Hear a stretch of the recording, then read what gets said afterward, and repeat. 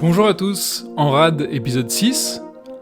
Aujourd'hui, vous entendez, j'ai mis des trompettes héroïques sur synthétiseur. Parce qu'aujourd'hui, oui, je vais vous parler d'une pièce historique de William Shakespeare. Ça veut dire que je vais pouvoir vous parler de chevaux, de cris de guerre, de bravoure, de bataille, d'armées qui entrent en collision. Et il en sera question, rassurez-vous, mais pas tout à fait dans la vision hollywoodienne de la chose. Parce qu'aujourd'hui, on va parler théâtre. En tout cas, il faut prendre cet épisode comme une sorte d'introduction à l'écologie de l'attention, c'est-à-dire d'envisager non pas l'attention comme une chose psychologique et personnelle, mais comme un milieu dont il faudrait prendre soin. Et c'est la principale affaire de l'art et de l'expérience esthétique, n'est-ce pas ? De non pas standardiser les imaginaires et les perceptions, mais de singulariser chaque regard. Alors, cet épisode pourrait s'appeler Shakespeare contre le spectaculaire. Et pour commencer, on va s'imaginer que je grimpe dans un petit bulldozer, et le premier mur qu'on va défoncer ensemble, c'est la muraille du pittoresque. Alors, je sais pas vous, mais moi j'entends de plus en plus souvent l'adjectif shakespearien. J'ai l'impression que de plus en plus de choses sont shakespeariennes en ce moment. Pardon, mais ouais, c'est utilisé à beaucoup de sauces quand même. C'est-à-dire que telle série sur telle plateforme, avec des enjeux de pouvoir et des stratégies politiques, et puis des meurtres, serait shakespearienne. Le parrain de Coppola serait shakespearien. Game of Thrones serait shakespearien parce qu'il y a des chevaliers, et puis les gens se tuent, et puis ils veulent le pouvoir. Alors je sais pas, qu'est-ce que ça veut dire shakespearien selon vous ? Alors, dans ces cas précis que je cite, non sans plaisanter, d'ailleurs, pardon, c'est pas du tout que je dénigre ou que j'aime pas ces œuvres-là, d'ailleurs. Mais j'essaie de comprendre. J'ai surtout l'impression qu'il y a une pièce qui résume ce qu'on entend par shakespearien, parce que c'est un peu devenu la pièce la plus connue, c'est Richard III. Richard III, c'est une pièce qui présente un personnage qui est bossu, méchant, sanguinaire et manipulateur, et qui va tuer tout le monde, même des enfants d'ailleurs, pour s'emparer du pouvoir. C'est une pièce historique, enfin vaguement historique, parce que le portrait qui est fait de Richard dans la pièce est volontairement noirci par Shakespeare, parce que qui va succéder à Richard, c'est Henri VII, c'est le premier des Tudors, et Élisabeth Ière, puisqu'on parle de théâtre élisabétain, elle fait partie de la dynastie des Tudors. C'est une propagande assez efficace d'ailleurs, parce qu'aujourd'hui tout le monde est persuadé que Richard III était un monstre. Au-delà des outrances qui sont volontaires et mensongères, c'est pas grave, hein, c'est de la fiction. Si on aime cette pièce, on la réduit pas à ses meurtres. C'est un personnage qui est très profond et qui, en faisant semblant, en dupant les autres, finalement dit une vérité sur lui-même. Et on peut pas résumer non plus toute l'œuvre de Shakespeare et toute son esthétique à cette pièce. Et d'ailleurs, on fait d'une œuvre et d'une esthétique ce qu'on décide d'en retenir. Et si on avait majoritairement retenu une des premières pièces de Shakespeare, Titus Andronicus, qui est très sanglante, eh ben tout ce qui serait gore, on dirait tiens, bah ça c'est shakespearien. Et on est justement là dans cet épisode pour amener un autre éclairage sur ce qu'on pourrait entendre par shakespearien, d'où le choix d'Henri V. Plus largement, j'ai l'impression que le terme shakespearien, ça permet d'exprimer une sorte de pittoresque. Voilà. Et il y a un peu un risque de réduire Shakespeare à ce pittoresque. Ce pittoresque, il est fort, il existe. Hein, là, on attaque un mur qui est quand même assez épais et qui a un certain charme, c'est vrai. Parce que ce pittoresque, il m'a attiré aussi dès le début pour lire. Je me souviens quand j'avais lu La Tempête, au début, il y a une grande scène de tempête. Et puis voilà, ce pittoresque, peut-être que vous voyez un peu de quoi je veux parler. Il y a des sorcières, il y a des poignards, il y a des scènes de bataille. Et puis Shakespeare, il a inspiré aussi beaucoup le 19e, il a inspiré les romantiques, il a inspiré l'opéra, n'est-ce pas ? Et je vous recommande d'écouter Othello de Verdi. Alors ça j'adore. Écoutez le chœur du début de Othello, là, c'est génial. Il y a la version avec Jonas Kaufmann qui est récente et qui est exceptionnelle. Et Jonas Kaufmann, c'est un sacré ténor, hein, il est bien. Hein. Donc évidemment, on est charmé, on est troublé par cet imaginaire. Mais c'est devenu quand même quelque chose d'assez passe-partout. Et j'imagine qu'aujourd'hui, le pittoresque de l'univers Marvel a plus d'influence et d'attrait que le pittoresque d'une pièce de Shakespeare. On peut pas résumer Shakespeare à son pittoresque. En plus, c'est quand même un pittoresque qui a été beaucoup réutilisé. Donc on peut pas le réduire à ça. Et quand même un petit mot pour dire que moi je sais pas ce qu'est Shakespeare, je suis pas du tout un spécialiste de Shakespeare, mais ce que j'ai envie de faire, c'est d'opposer à ce pittoresque qu'on dit shakespearien, une esthétique qu'on va découvrir dans Henri V, qui est une esthétique du, excusez-moi du jeu de mots pourri, une esthétique du Shakespeare rien, c'est-à-dire du Shakespeare nothing. Alors c'est quoi le Shakespeare rien ? C'est quand on part de rien. Et c'est ce que va expliquer le cœur d'Henri V. Donc je suis toujours au volant de mon petit bulldozer, mais juste avant ça, pour répondre à la question c'est quoi Shakespeare ? Et il écrit dans quelle période, comment ça se passe ?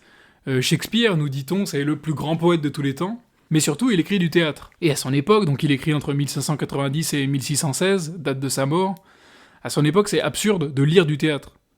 Et vous me direz, aujourd'hui personne ne lit de théâtre non plus, et vous aurez peut-être pas forcément tort, mais ce que je veux dire c'est que c'est pas publiable, c'est pas reconnu, c'est pas valorisé. Et c'est après sa mort, en 1623, que Condell et Hemmings décident de faire imprimer son œuvre, et publient le premier recueil de 36 pièces, et puis passe un peu pour des fous aussi d'ailleurs.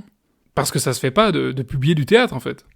Le moment où Shakespeare écrit est pas du tout un moment sacré pour lui, c'est au contraire un moment qui est très concret, où il donne à un acteur de la matière à jeu.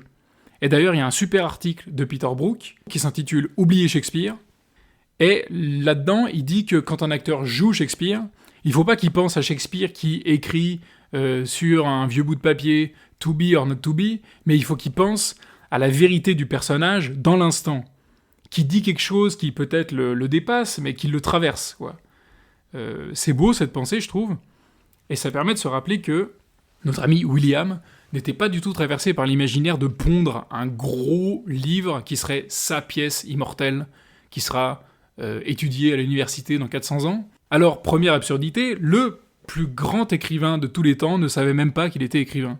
En tout cas, il écrit pas pour la postérité, mais pour qu'une troupe, qui est la sienne, joue ses pièces. Et d'ailleurs, il était acteur lui-même. Alors, Henri V, on y arrive. Au début d'Henri V, auquel on s'intéresse aujourd'hui. Que se passe-t-il ? Au début d'Henri V, il y a un prologue qui arrive, c'est-à-dire un chœur. Mais probablement, ça pourrait être une personne. Une sorte de narrateur. Et il dit quoi ? Eh ben déjà, il dit, en quelque sorte, « Bonjour public ». Déjà, il lui parle, c'est étonnant. Alors, je prends ma pièce, tac, didascalie, entre le prologue. Le prologue dit ça. « Oh !» Ça commence par un « oh !» Et c'est assez important. Parce que, vous verrez plus tard, le théâtre du Globe, qui est nouvellement construit en 1599, et probablement que Henri V est la première pièce qui se joue au théâtre du Globe, et ben il l'appelle, vous verrez plus tard dans le texte, le « haut de bois », parce que c'est une forme circulaire. « Oh, je voudrais une muse de feu qui s'élèverait au ciel le plus radieux de l'invention, un royaume pour théâtre, des princes pour acteurs, et des monarques pour contempler la scène majestueuse. Alors le belliqueux Harry c'est Henri V, alors le belliqueux Harry, sous son vrai jour, aurait le port de Mars, et à ses talons, en laisse comme des chiens, famine, glaive et feu quémanderaient du service.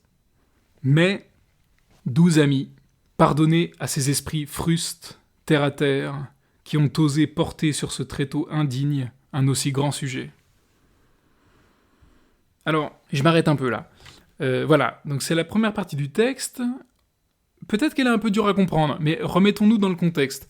Les acteurs arrivent, la salle est frémissante, les gens ont payé leur place, ils ont envie de voir un bon spectacle, ils sont assez excités. Il faut quand même tenir une promesse. Et on leur donne quoi ? On leur donne « Oh, je voudrais ».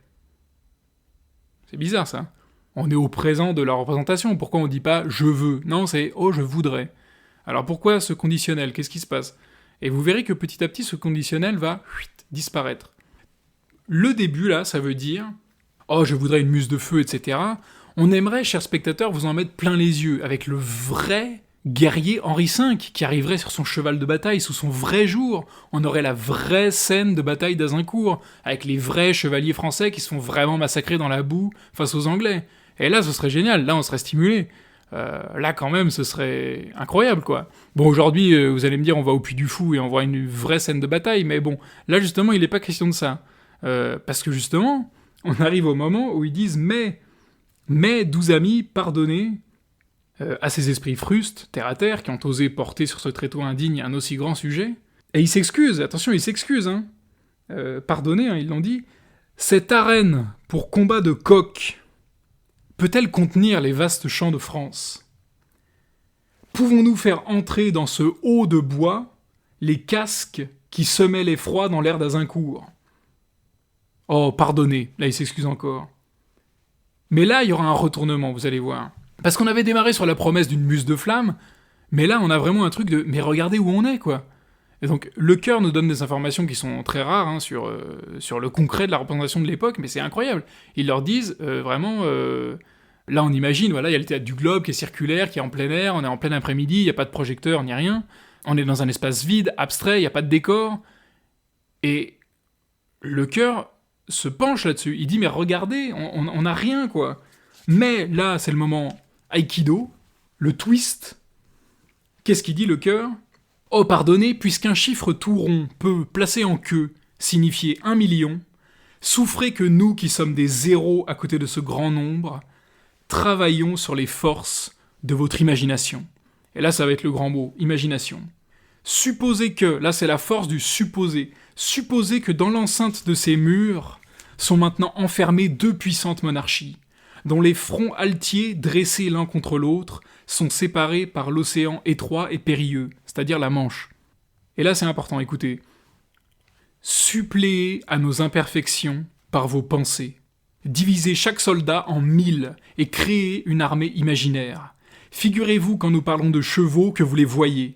Imprimez leurs fiers sabots dans le sol qui les porte. Car c'est à vos pensées maintenant d'équiper nos rois, de les porter ici et là, franchissant les époques, resserrant les exploits de tant d'années en 1 heure de sablier. Alors si on récapitule, 1. On voudrait vous donner les grands faits d'armes de Henri V tels qu'ils étaient. Mais 2. C'est impossible parce qu'on est dans un théâtre, un lieu qui est indigne de ces grands événements, et en plus on est démunis, on n'a rien. Mais 3e étape, qui est la tête de la fusée, c'est parce qu'il n'y a rien qu'on va pouvoir imaginer. Et non seulement représenter cette histoire grandiose, mais la sublimer par notre imaginaire. Donc là, ce que dit le prologue, c'est que c'est un peu 50-50. Hein. Nous, acteurs, on va mouiller le maillot, mais vous, spectateurs, vous allez bosser un peu. Et ça suppose un spectateur qui n'est pas complètement vautré au fond de son fauteuil. Il est un peu tendu vers l'action. Et ça tombe bien, parce que les gens de la fosse au Théâtre du Globe, ils étaient debout pendant toute la pièce. Et cet aveu du prologue, c'est là que je veux en venir, de tout mon développement. Il veut dire que c'est pas le pittoresque qui est shakespearien, c'est le rien qui est shakespearien. C'est-à-dire le vide à combler. J'ai envie de dire le défaut qu'il faut. Parce que le Cœur d'Henri V, il dit, et je répète le texte, « Suppléez à nos imperfections par vos pensées. Complétez notre spectacle par votre esprit. » Ce qui veut dire que jamais la bataille d'Azincourt ne sera représentée sous les yeux des spectateurs. Et pourtant, les gestes, les paroles des acteurs vont résonner avec l'attention du public pour recomposer cette bataille. Et c'est ça qui va permettre la sublimation de l'événement historique, et ça pourra arriver que parce que les moyens sont dérisoires. Et donc ce Cœur, il va revenir à chaque début d'acte, et à l'acte 4, il dit « Avec 4 ou 5 épées minables et ridicules, maladroitement croisées dans une rixe dérisoire. » Donc en substance, le Cœur il dit « Oui, on a des armures en carton, on a des fausses épées, on n'a pas de décor, la chorégraphie va pas vraiment être époustouflante, on n'a aucun figurant pour figurer une foule, mais ce manque terrible, c'est la brèche par laquelle la fiction va s'incarner sous vos yeux. Et selon moi, le corollaire, la suite naturelle de cette pensée qui est assez radicale, c'est que si jamais on comble cette faille par du clinquant, par du spectaculaire, alors on ferme les portes de l'imagination. C'est là que je veux en venir. Ça veut dire que si on a vraiment les moyens de représenter la vraie bataille d'Azincourt, sur scène, on ferme les rideaux, on ferme les yeux, le spectaculaire va bloquer l'imaginaire. Et on aura probablement des spectateurs qui vont voir la même chose. Et il y a pas longtemps, moi, je suis retourné en Savoie et j'ai revu un de mes premiers profs de théâtre, qui s'appelle Patrick Chemin, et qui est poète aussi, je vous encourage à le lire si vous trouvez ses livres.